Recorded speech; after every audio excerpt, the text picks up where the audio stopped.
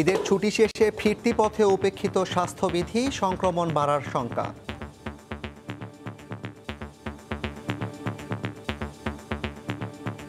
অনেক মানুষজন এর মধ্যে স্বাস্থ্যবিধি মানা হচ্ছে না, টোটালি হচ্ছে না। ব্যথা হয়েছে একটার কথা বলেও কিন্তু রাস্তার ভিতর থেকে আবার আরেকজনকে ওঠানো হয়েছে। ছেড়ে আসতে আসলে ভালো লাগে না, এটা কাজের জন্যই ফিরে আসা লাগে। ঈদে অনেক লোকজন বাড়ি গেছে, গাদাগাদি করে ফেরিতে পার হয়েছে, সেজন্য কিছুটা সংক্রমণ বাড়তে পারে। করোনায় আরও ৩০ জনের মৃত্যু। দোকানপাট খোলা রাখার সময় ১ ঘন্টা বাড়িয়ে ৩১ আগস্ট পর্যন্ত থাকছে বিধিনিষেধ। সকলেই যেন স্বাস্থ্য সুরক্ষা রেখে যাতে করে আমাদের সমস্ত কার্যক্রমগুলো তারা চালিয়ে যেতে পারে। দেখছিলেন প্রধান শিরোনাম। রাত ১১টার সময় সঙ্গে আছি আমি জাফর সাদিক। এবার অন্যান্য শীর্ষ সংবাদ। ঢাকার আশপাশের অঞ্চলে থামেনি প্লাবন, ভাসছে নতুন নতুন জনপদ। উত্তরে পানি নামলেও নানা সংকটে বিপর্যস্ত দুর্গতরা।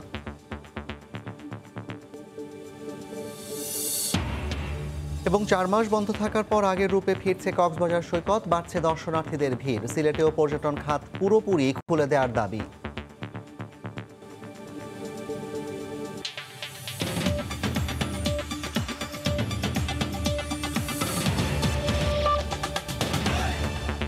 ঈদের ছুটি শেষে জীবিকার তাগিদে নগরে ফিরছেন মানুষ। ঈদযাত্রার মতো ফিরতি পথে উপেক্ষিত স্বাস্থ্যবিধি, বিশেষ করে লঞ্চ ও ফেরিতে একেবারেই থাকছে না সামাজিক দূরত্বের বালাই। মাস্ক পরাতেও উদাসীন ছিলেন অনেকেই।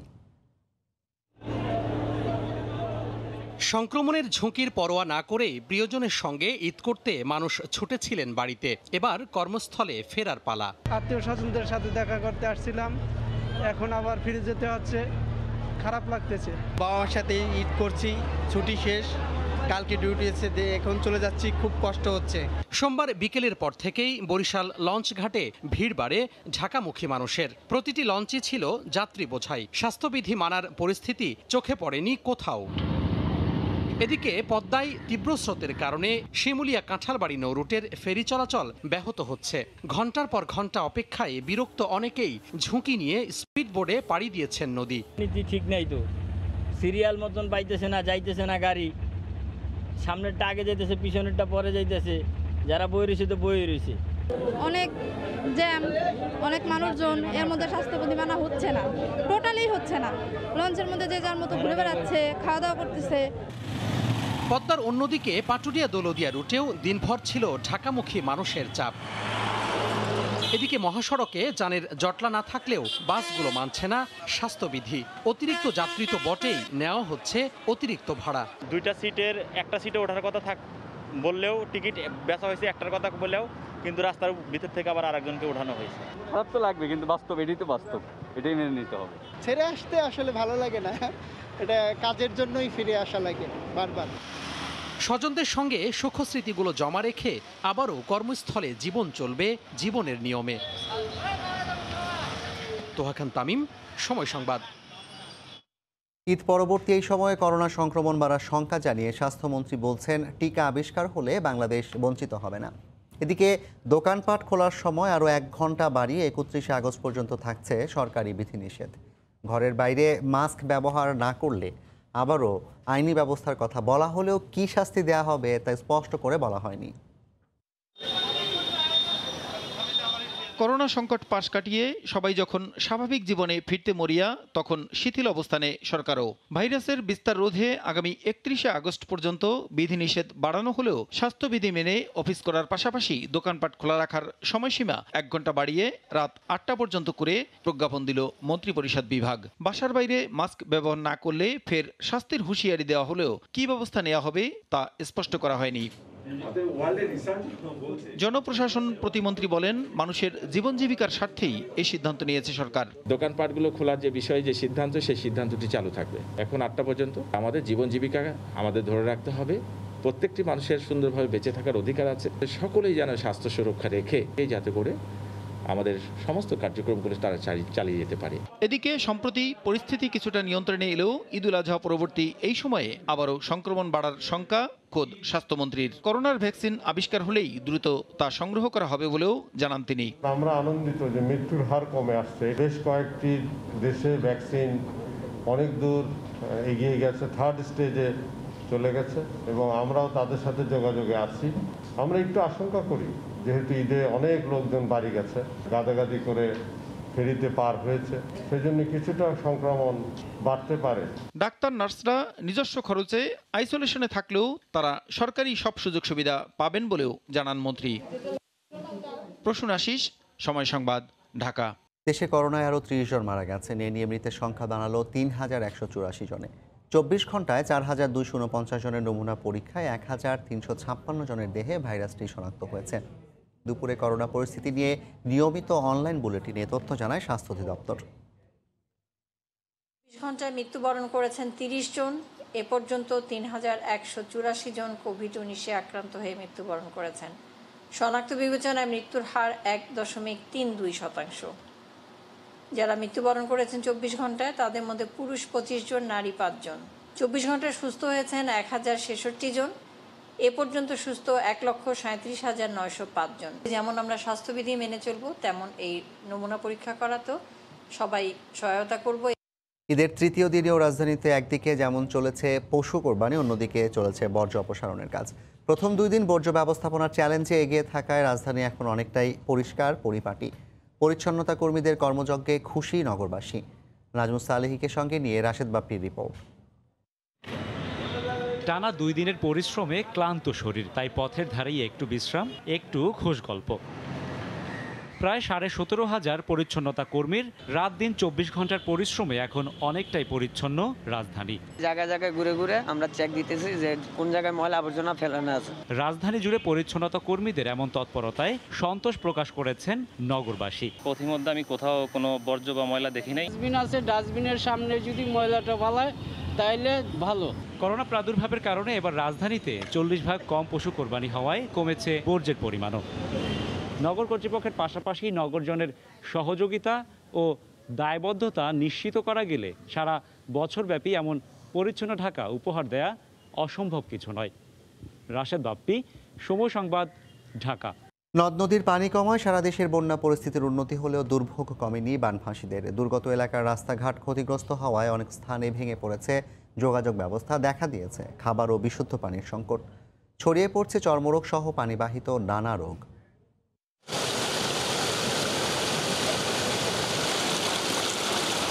মধ্যাঞ্চলের অনেক জেলাতেই প্রতিদিন প্লাবিত হচ্ছে নতুন নতুন এলাকা।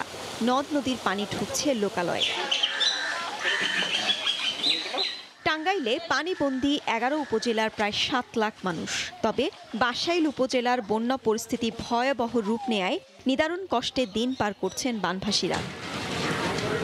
ঢাকার আশেপাশেও পরিস্থিতি অপরিবর্তিত। গাজীপুরের কালিয়াকৈরের রাস্তাঘাট প্লাবিত হওয়ায় চলাচলের একমাত্র ভরসা এখন নৌকা।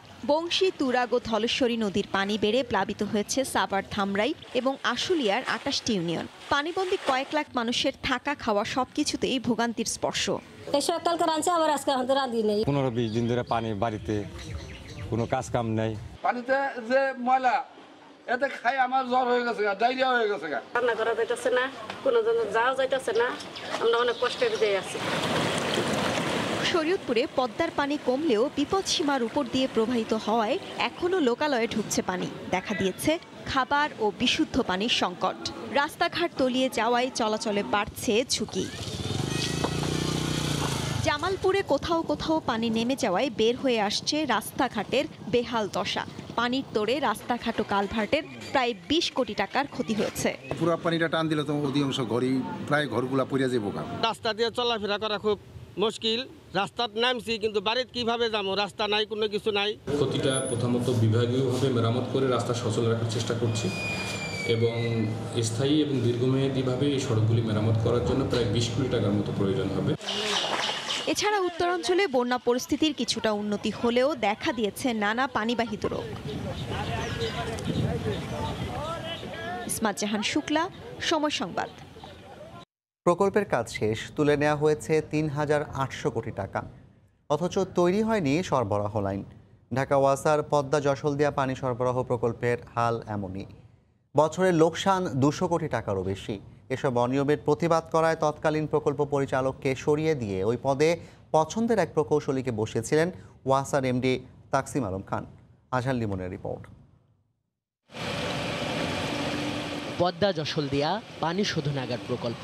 রাজধানীবাসীর পানি সংকট মেটাতে 7 বছর আগে হাতে নেয়া এই প্রকল্পের লক্ষ্য প্রতিদিন 45 কোটি লিটার সুপেয় পানি সরবরাহ।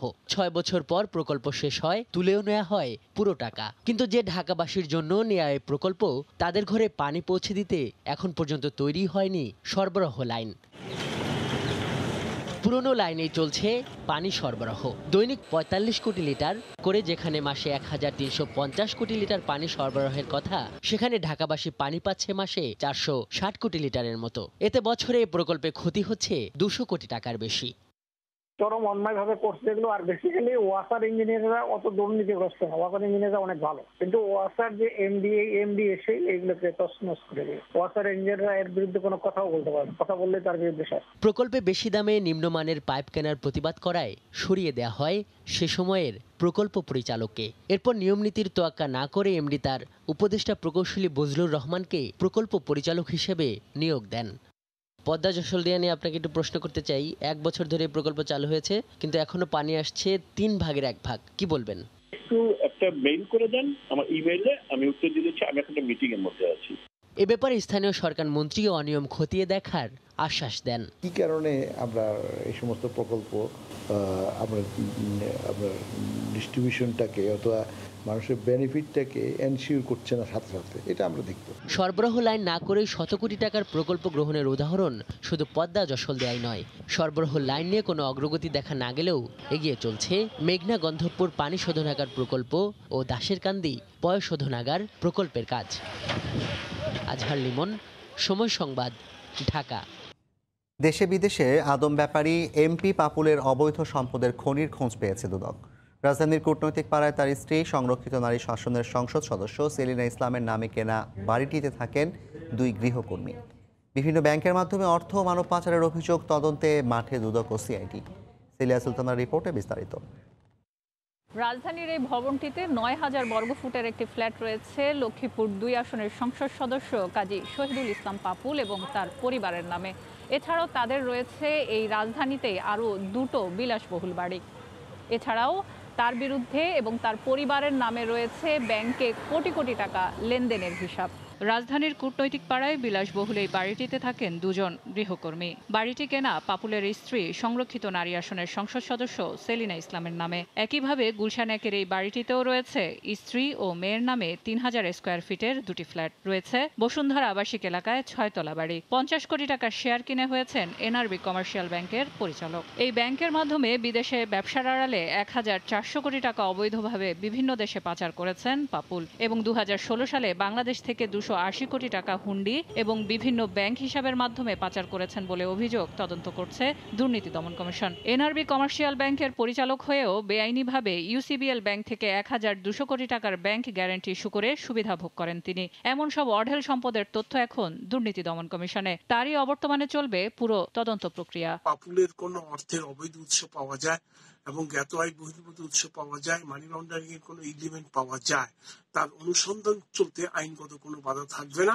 কুয়েতের মতো দেশেও মানব পাচারের অভিযোগ তদন্তে এবার পাপুলের সিন্ডিকেটের লাগাম টানতে চায় সিআইডি। উনি তো এখন বাইরে কুয়েতে আছেন। মানব পাচারে তো তার মামলা হয়েছে, অর্থ পাচারের অনুসন্ধান শুরু করেছি এবং অনুসন্ধানে যে তথ্য প্রমাণ আসবে সেই তথ্য প্রমাণের ভিত্তিতে আমরা সিআইডি বাদী হয়ে আবার মানি লন্ডারিং আইনে মামলা করব।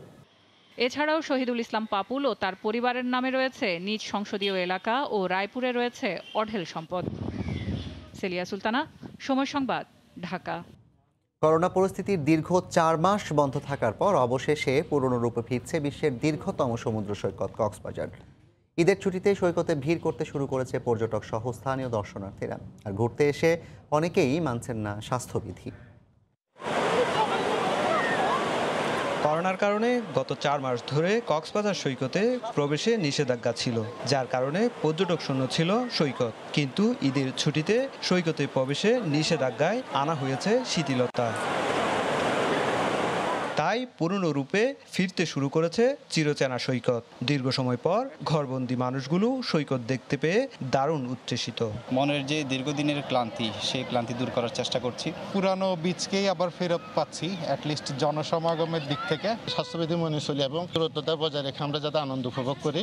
সৈকতে প্রবেশে শিথিলতা আসলেও এখনও খুলে দেওয়া হয়নি হোটেল মোটেল, রেস্তোরাঁ ও বার্মিজ দোকান। তবে দর্শনার্থীদের আগমনে দারুণ খুশি সৈকতের ফটোগ্রাফার ও বিচ বাইক চালকরা। ঈদের পর থেকে 2-1 দিন নামতে দিচ্ছে। অনেকদিন কষ্টে ছিলাম, কিন্তু এটা এখন নামাইছি, কিছুটা হলে আমরা শীতল পাচ্ছি, মানুষজন হচ্ছে।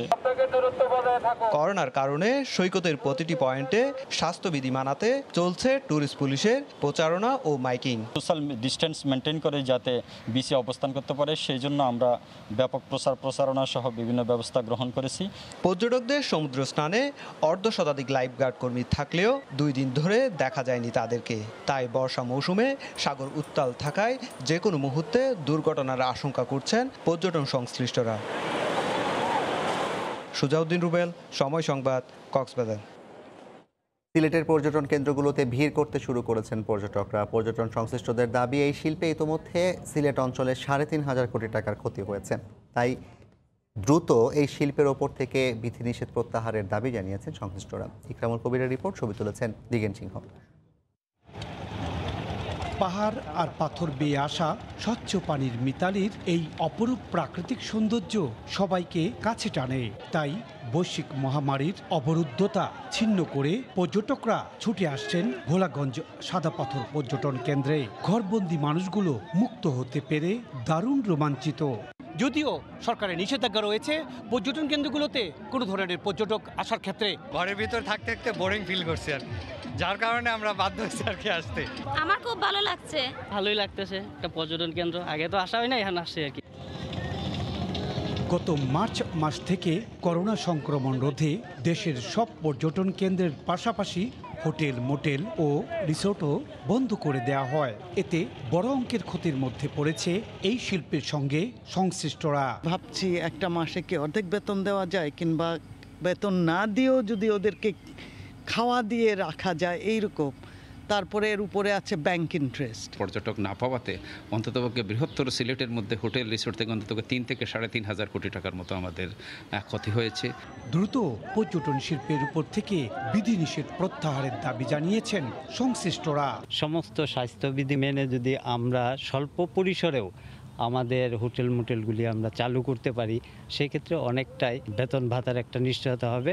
সিলেট বিভাগে হোটেল মোটেল রিসোর্ট ও গেস্ট হাউস রয়েছে 5,000-এর মতো। ইকরামুল কবির, সময় সংবাদ, সিলেট। করোনা সতর্কতায় বন্ধ বিনোদন কেন্দ্রগুলো, তাতে থেমে নেই নগরবাসীর ঈদ উদযাপন। ঘরবন্দি সময়ের একঘেয়েমি কাটাতে অনেকেই ছুটে গেছেন প্রকৃতির সান্নিধ্যে। মহামারীর তোয়াক্কা না করে আনন্দে মেতে উঠতে দেখা যায় রাজধানীবাসীকে।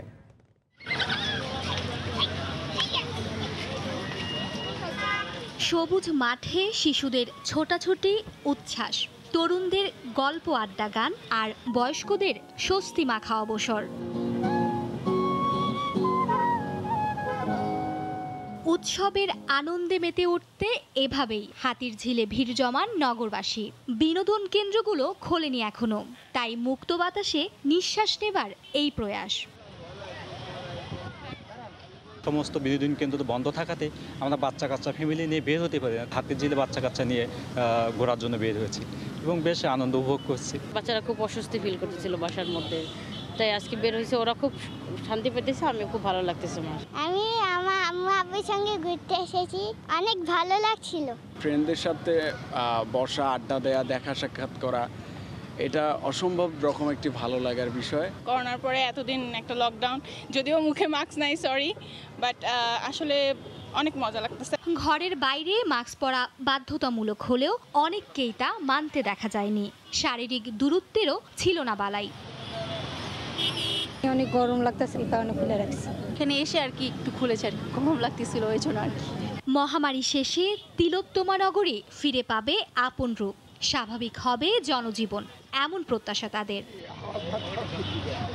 মার্জিয়া মুমু, সময় সংবাদ, ঢাকা।